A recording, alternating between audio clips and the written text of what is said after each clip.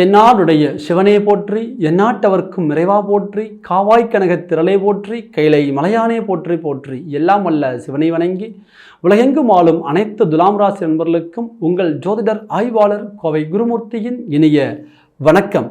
துலாம் ராசி நண்பர்களே, ஜோதிடம் சார்ந்த பல பயனுள்ள சித்தாந்தங்களை தொடர்ந்து பதிவிட்டு வருகின்றோம். அந்த அடிப்படையில் இன்றைய தினம் நாம் காணக்கூடிய தலைப்பு, துலாம் ராசி நண்பர்களுக்கு சனி பகவானது வக்ர நிலை எது போன்ற ஒரு மாற்றங்களையும் ஒரு முன்னேற்றங்களையும் கொடுக்க போகின்றார் என்பதை இந்த பதிவில் எளிமையாக துல்லியமாக நம்ம பார்க்க போகிறோம். நம்ம சேனலை முதல் முறையாக பார்க்குறவங்க நீங்களாக இருந்தால் சப்ஸ்கிரைப் பண்ணிக்கோங்க, பெல் பட்டன் கிளிக் பண்ணி ஆல் ஆப்ஷன் கொடுத்துக்கோங்க.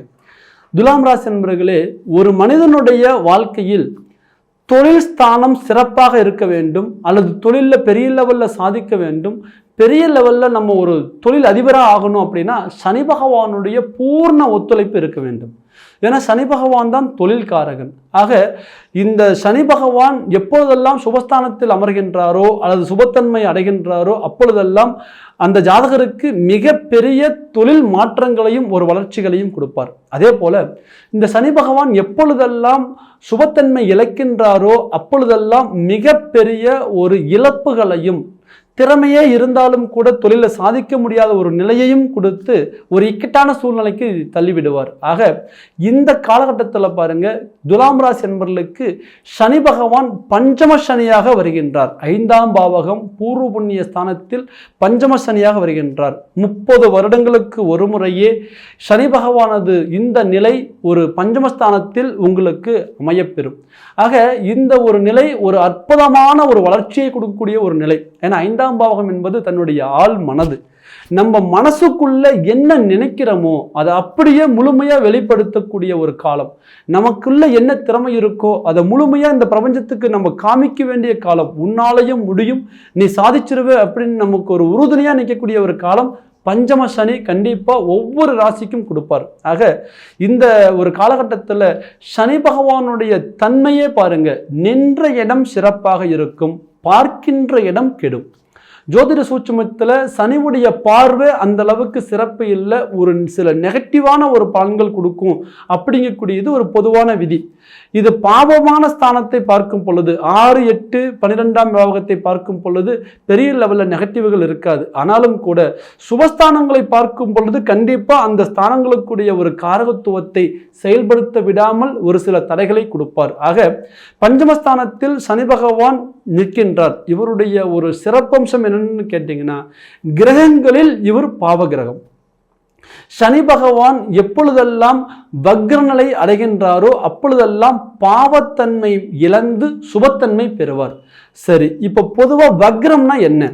தன்னுடைய ஓடுபாதையிலிருந்து விலகி நேர்கோட்டில் ஒரு கிரகம் பயணம் பண்ணிட்டு இருக்கு அப்படின்னா அந்த நேர்கோட்டிலிருந்து விலகி தடுமாறக்கூடிய ஒரு சூழ்நிலையே வக்ரம். தன்னைத்தானே சுற்றி கொள்வது, தான் பயணம் பண்ணக்கூடிய அச்சிலிருந்து விலகி தன்னைத்தானே வேகப்படுத்தி சுழன்றுவது மட்டுமே வக்ரம் என்று சொல்கின்றோம். இது கிரகங்கள் முன்னோக்கி பயணம் செல்லாமல் பின்னோக்கி பயணம் செல்லும். இந்த ஒரு காலகட்டத்தில் சனி பகவான் ஒரு ராசியிலிருந்து இன்னொரு ராசிக்கு வக்ரம் அடைகிறாரா, பின்னோக்கி வருகிறாரான்னு பார்த்தால் நட்சத்திரங்களில் மட்டுமே பின்னடைவு அடைகிறார், ராசிகளுக்கு இல்லை. ஆக இந்த ஒரு அற்புதமான ஒரு நிலை சனி பகவான் வக்ரம் பெறும் பொழுது இயற்கையில் பாவகிரகம், அதே போல மந்தகாரகன், ஒரு ராசிக்கு 2.5 ஆண்டுகள் சஞ்சாரம் பண்ணக்கூடிய ஒரு நிதானமான ஒரு கிரகம், தன்னுடைய ஒரு வாழ்க்கையில மிகப்பெரிய படிப்பினை கொடுக்கக்கூடிய ஒரு கிரகமாக வருகிறார். இந்த ஒரு கிரகம் வக்ர நிலை அடையும் பொழுது அந்த ஒரு நிதானமான கிரகம் ஒரு வேகத்தன்மை அடைகின்றது, பாவகிரகம் ஒரு சுபத்தன்மை அடைகின்றது. ஆக இந்த 5ஆம் பாவகத்தில் இருந்து சனி பகவான் எந்தெந்த இடங்களில் உங்களுக்கு பார்வையால பாதிப்புகளை கொடுத்தாரோ அந்த இடங்களுக்கு எல்லாம் மிகப்பெரிய ஒரு மாற்றத்தை கொடுக்கக்கூடிய ஒரு காலம் இந்த காலம். வருகின்ற ஜூன் மாதம் 29ஆம் தேதி முதல் நவம்பர் மாதம் 15ஆம் தேதி வரை சரியாக 4.5 மாதம்.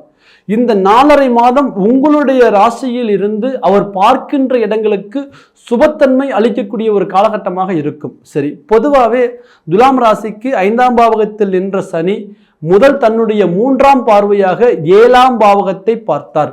இந்த 7ஆம் பாவகத்தை பார்த்த நாள் முதல் மிகப்பெரிய குடும்ப ரீதியான சிக்கல்கள், கடந்த காலகட்டங்களில் குரு பகவானும் 7ஆம் பாவகத்தில் அமர்ந்து, ராகு பகவானும் 7ஆம் பாவகத்தில் அமர்ந்து கணவன் மனைவி இடையே மிகப்பெரிய ஒரு பிரச்சனைகளை கொடுத்தார், மிகப்பெரிய ஒரு போராட்டங்களையும் கொடுத்தார். எந்த அளவுக்கு நீங்க விட்டு கொடுத்து போனீங்களோ, எந்த அளவுக்கு நீங்க ஒரு உண்மையா இருந்தீங்களோ, அந்த அளவுக்கு நீங்க அவமானப்பட்டுட்டீங்க உங்களுடைய குடும்பத்துல. அந்த அளவுக்கு நீங்க ஒரு மன வேதனை அடைஞ்சிட்டீங்க. குடும்ப ரீதியான சிக்கல்கள் உருவானதுனால இப்போ குரு பகவான் தாண்டியும் 8ஆம் பாவகத்துக்கு மாறியும் கூட 7ஆம் பாவகத்திற்கு ஒரு விடுவு காலம் இல்லை. சனி பகவானது பார்வையின் மூலம் மீண்டும் குடும்பஸ்தானம் பாதிப்பு. மிகப்பெரிய ஒரு போராட்டம். அடுத்தடுத்து நமக்கு அடிமேல அடி குடும்ப ரீதியாக. துலாம் ராசி நண்பர்களே, வாழ்க்கையில எதை இழந்தாலும் சம்பாதிச்சிடலாம், ஆனால் குடும்பத்தின் நிம்மதி இழந்தா சம்பாதிக்க முடியாது. பணம், காசு, பொருள் எது போனாலும் சேர்த்தி கொண்டு வந்துடலாம் குடும்ப ரீதியா நிம்மதி இருந்தால். ஆனால் குடும்பத்தில் நிம்மதி இல்லைன்னா எல்லாம் இருந்தாலும் அந்த குடும்ப வாழ்க்கை ஒரு நரக வேதனையை கொடுத்துரும். ஆக இந்த காலகட்டத்தில் பாருங்க, கணவன் மனைவி உறவு முறைகளுக்குள்ள மிகப்பெரிய ஒரு பிரிவினை. எவ்வளவு விட்டு கொடுத்து போனாலும் உங்களுக்கு அந்த இடத்துல நல்ல பேர் இல்லை. அதே போல எவ்வளவு நீங்க புரிதலோடு நடந்துகிட்டாலும் கூட, இதுக்கு மேல நம்ம இப்படி இருக்கணும், இந்த அளவுக்கு அவங்களுக்கு உண்மையா இருக்கணும்னு நீங்க நினைச்சாலும் கூட, நீங்க குற்றவாளிங்கிற பேர் தான் வாங்கி நின்னீங்களே தவிர உங்களுக்கு நல்ல பேர் இல்லை.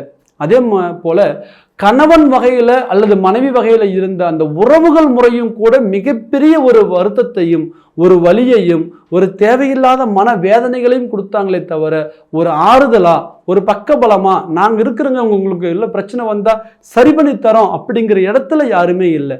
எப்ப இவங்க கெடுவாங்க, என்னைக்கு இவங்க இவங்களுடைய குடும்பம் கீழே இறங்கும் அப்படின்னு சுற்றி நின்று வேடிக்கை பார்த்த உறவுகளே அதிகமே தவிர உங்களை காப்பாற்றணுங்கிற சூழ்நிலையில யாருமே இல்லை. ஒண்ணு.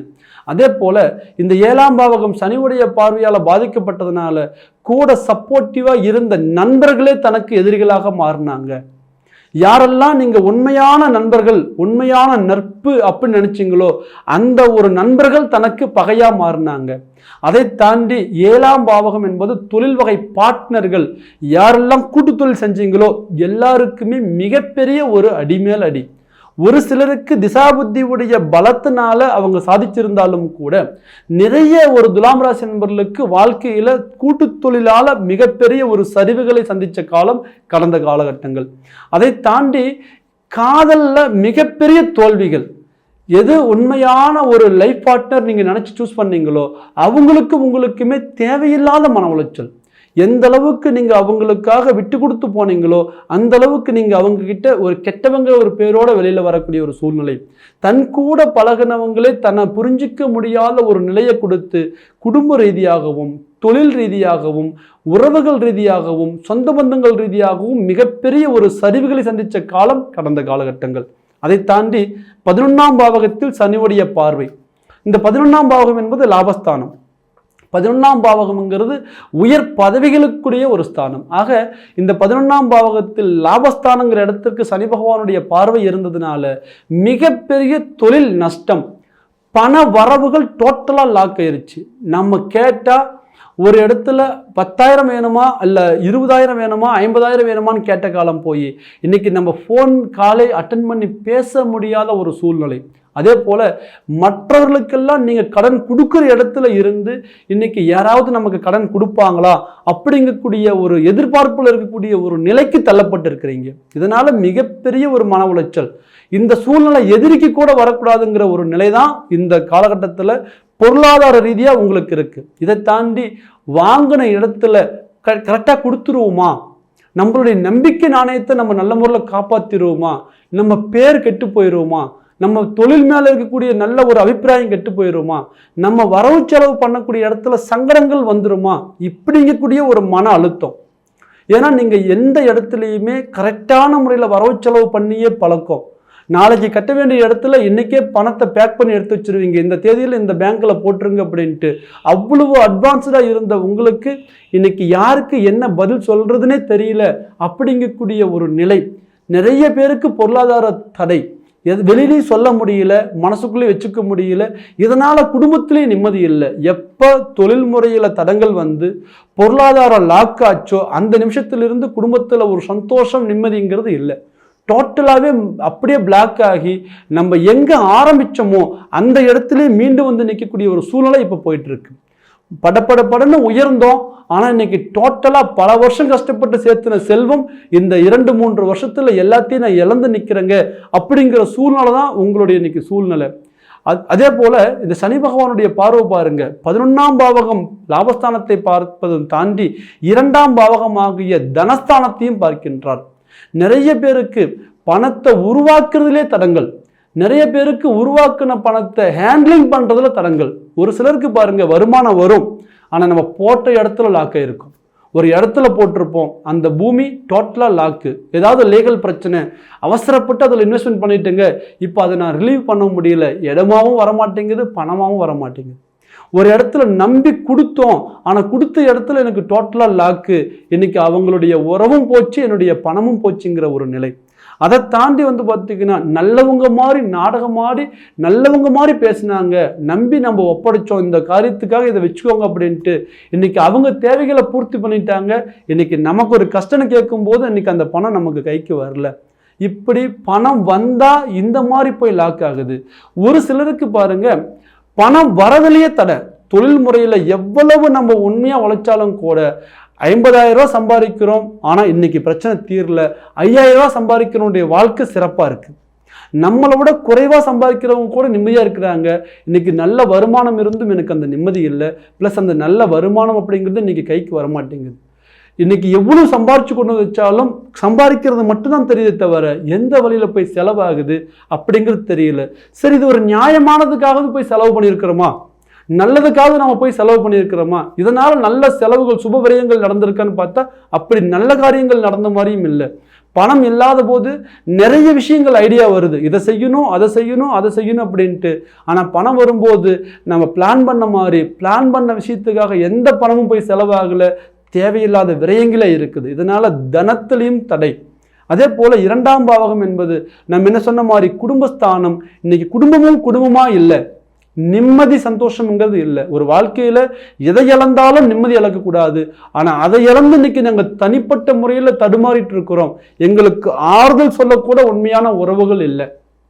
ஏன்னு கேட்டீங்கன்னா எப்படா இவங்க கெடுவாங்க, என்னைக்கு இவங்க கீழே போவாங்க அப்படி நினைச்சவங்களுக்கு மத்தியில் எனக்கு கஷ்டங்கிறது கூட நான் வெளியில் சொல்ல முடியலைங்க. யார்கிட்ட என்னுடைய கஷ்டத்தை சொல்றதுங்கிறது கூட தெரியல. தெய்வத்துக்கிட்ட போய் சொல்லலான்னு பார்த்தா அந்த தெய்வமே எனக்கு வந்து எதிரியா மாறி இருக்கிற மாதிரி எனக்கு ஒரு எண்ணங்கள் தோணுது. இவ்வளவு நாள் தெய்வத்தை வணங்கணும், எனக்கு எதுவுமே நல்லது நடக்கலையே அப்படிங்கக்கூடிய ஒரு மன உளைச்சல் இருக்கிறோம். அப்படிங்கக்கூடியவங்களுக்கு 100% இது மிகப்பெரிய ஒரு வளர்ச்சியை கொடுக்கும். ஏன்னா எந்த கிரகங்கள் கெடுத்தாலும் சனி பகவான் கண்டிப்பா கொடுப்பார். சனி பகவான் கெடுக்கணும்னு நினைச்சிட்டா யார் கொடுத்தாலும் தடுப்பார். அப்போ சனி பகவான் போல கெடுப்பாரும் இல்லை கொடுப்பாரும் இல்லை. கெடுக்கக்கூடிய சனி பகவானே அவர் வக்ர நிலை அடைந்து கொடுக்கக்கூடிய ஒரு காலமாக 4.5 மாதம் இந்த ஒரு பிரபஞ்சம் நமக்கு ஒரு சரியான ஒரு வாய்ப்பை உருவாக்கி தருது. நீங்க என்னெல்லாம் சாதிக்க நினைச்சீங்களோ கண்டிப்பா சாதிப்பீங்க. குறிப்பா குடும்ப ரீதியா இருக்கக்கூடிய உறவுகள் பலப்படும், கணவன் மனைவியுடைய பிரச்சனைகள் தீரும். அதை தாண்டி உங்களுக்கு யாருக்கெல்லாம் திருமண தடைகள் இருக்கோ அந்த தடைகள் விலகும். அதே போல காதல் ரீதியாக இருக்கக்கூடிய ஒரு பிரச்சனைகள், லைஃப் பார்ட்னர் சூஸ் பண்ண விதத்தில் நம்ம தப்பு பண்ணிட்டோமோ அப்படி நினைக்கக்கூடியவங்களுக்கு கண்டிப்பாக அந்த தவறுகளை சரி பண்ணி அந்த பிரச்சனைகளை நீங்கள் அழகாக நீங்கள் ஃபேஸ் பண்ணி கொண்டு வருவீங்க. அதே போல லாபகரம் இருக்கும். தொழில் ரீதியாக நீங்கள் புதிய முயற்சிகளை பலப்படுத்துவீங்க. உங்களுக்கு புதிய வகை பார்ட்னர்கள் உருவாவாங்க. உங்களுடைய பொருளாதாரம் நல்ல முறையில் மேன்மை அடையும். வெளிநாடு வெளிதேசத்தில் ரொம்ப தூரம் போய் கஷ்டப்பட்டு இருக்கிறோம், ஆனால் எங்கள் வாழ்க்கை நல்லா இல்லை, எங்களுக்கு ஒரு மேன்மை இல்லை, எங்களுக்கு ஒரு நல்லது நடக்க மாட்டேங்குது அப்படின்னு மன உளைச்சலில் உள்ளவங்களுக்கு 100% உங்களுடைய வாழ்வாதாரம் சிறப்பாக இருக்கும். உங்கள் வாழ்க்கையில் மிகப்பெரிய ஒரு மாற்றத்தை இந்த 4.5 மாதத்துல கொண்டு வந்துடுவீங்க.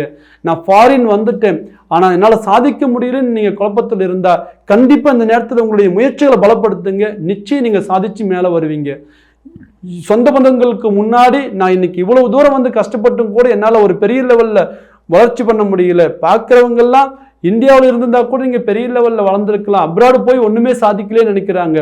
அவங்களுக்கு முன்னாடி நான் ஏதாவது ஒன்று ப்ரூவ் பண்ணி காமிக்கணும், என் குடும்பத்துக்காக நான் வந்தேன், அவங்களுக்காக நான் ஏதாவது ஒரு நல்லது பண்ணிடணும் அப்படின்னு நான் லட்சியத்தோடு இருக்கிறேன் அப்படின்னு நினைக்கக்கூடியவங்களுக்கு ஒரு அற்புதமான காலகட்டம் இந்த காலமைப்பு.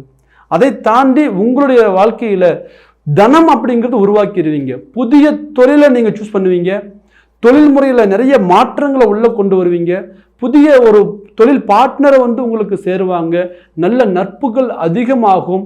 அந்த நட்புகள் வழியாக ஒரு நல்லது நடக்கக்கூடிய ஒரு வாய்ப்புகள் உண்டு. உங்களாலையும் சாதிக்க முடியும் அப்படிங்கக்கூடிய ஒரு நிலையை இந்த சனி பகவான் கொடுக்க போகின்றார். அதை தாண்டி பூர்வ புண்ணிய ரீதியாக இருக்கக்கூடிய ஒரு சிக்கல்கள் தீரும். தொழில் முறையில் இருக்கக்கூடிய ஒரு தடங்கல்கள் விலகும். பொருளாதாரத்தில் இருக்கக்கூடிய ஒரு வளர்ச்சிகள் கிடைக்கும். மனை சார்ந்து எடுக்கக்கூடிய முடிவுகள் சிறப்பாக அமையும். திருமண முயற்சிகள் பலப்படும். ஆக துலாம் ராசி அன்பர்களே, இதுவரையும் உங்கள் வாழ்க்கையில் எவ்வளவு போராட்டங்கள் இருந்தாலும் கூட அந்த போராட்டங்களை தாண்டி ஒரு வெற்றிப்படியாக மாற்றக்கூடிய ஒரு காலமைப்பு இந்த சனி பகவானுடைய வக்ர நிலை. சரியாக 4.5 மாதம். இந்த நேரத்தில் நீங்கள் பார்த்துக்க வேண்டியது உங்களுடைய சுய ஜாதகம் சாதகமாக இருக்கின்றதா. நிறைய நண்பர்களுக்கு இதனுடைய ஒரு அடிப்படை புரியாமையே போயிருது. திசா புத்திகள் சாதகமாக இல்லை என்றால் நம்மளுடைய கோச்சாரப்படி எந்த கிரகங்கள் எவ்வளவு ஒரு பலனை கொடுத்தாலும் கூட திசா புத்திகள் பாதகமாக இருக்கும் பொழுது நமக்கு அதுக்கான தடங்கல்கள் உருவாயிரும். ஆக உங்கள் ஜாதகத்தை இந்த நேரத்தில் நமக்கான திசா புத்திகள் நல்லா இருக்கா, சனி பகவான் கோச்சாரப்படி அவர் வக்ரநிலை அடைந்து சுபத்தன்மை அடைந்தாலும் கூட நம்ம ஜாதகத்தில் ஒரு சுபஸ்தானத்தில் இருக்கின்றாரா, சுபகிரகங்களுடைய பார்வையில் இருக்கின்றாரா அப்படிங்கிறது பார்த்து நீங்கள் ஒரு முடிவு பண்ணுங்க. உங்களுடைய ஜாதக ரீதியாக திசா புத்திகள் சாதகமாக இருந்துவிட்டால் இந்த ஒரு கோச்சார பலன் 100% உங்களுக்கு நல்ல ஒரு பலனை கொடுக்கும். இந்த 2 அமைப்புமே நமக்கு சரியாக இருக்குமா அப்படின்னு உங்களுடைய ஜாதகத்தை பார்க்கும் பொழுது தெரியும். துல்லியமாக நீங்கள் ஜாதகம் பார்த்து தெரிஞ்சுக்கணும்னு நினைக்கக்கூடியவங்க கீழே இருக்கிற நம்பருக்கு ஃபோன் பண்ணுங்க. உங்களுடைய ஜாதகத்தை வாட்ஸ்அப் பண்ணுங்க. உங்களுக்கான முன்பதிவை பதிவு பண்ணுங்க. உங்களுடைய பலன் எளிமையாக துல்லியமாக நீங்கள் தெரிஞ்சு உங்கள் வாழ்க்கையில் அடுத்த இலக்கு நோக்கி நீங்கள் பயணம் பண்ணி ஒரு வெற்றி பாதையில் உட்காருவீங்க. 100% நீங்கள் சாதிப்பீங்க. சாதிக்கவே பிறந்த துலாம் ராசி நண்பர்கள், ஒரு சரியான வாய்ப்பு. இந்த வாய்ப்பை இந்த ஒரு 4.5 மாதம் உங்களுக்கு முழுமையாக செயல்பட என்னுடைய மனமார்ந்த வாழ்த்துக்கள். மீண்டும் சந்திக்கலாம். வணக்கம்.